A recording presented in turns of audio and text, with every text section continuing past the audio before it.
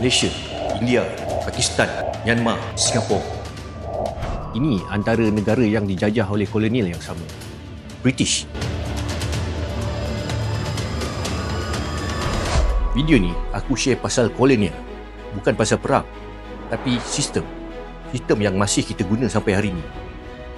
Ada yang elok, ada yang dah kita sesuaikan, tapi berapa ramai yang betul-betul sedar tentang sistem apa yang kita guna? Sekolah, undang-undang, parlimen, birokrasi, kebanyakannya model yang ditinggalkan British. Bukan nak kata salah, tapi cuma nak ambil tahu. British tahu kuasa sebenar bukan pada tentera, tapi pada sistem. Kalau sistem dia kekal dalam pengaruh. Kita dah merdeka lebih 60 tahun, tapi bila kita tengok balik, banyak sistem asas masih sama.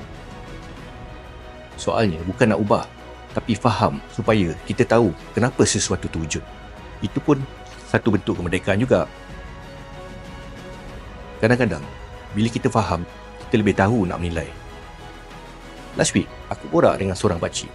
Dia cakap, orang kita ni jarang ingat pasal Belanda sebab British yang ajar kita pergi sekolah.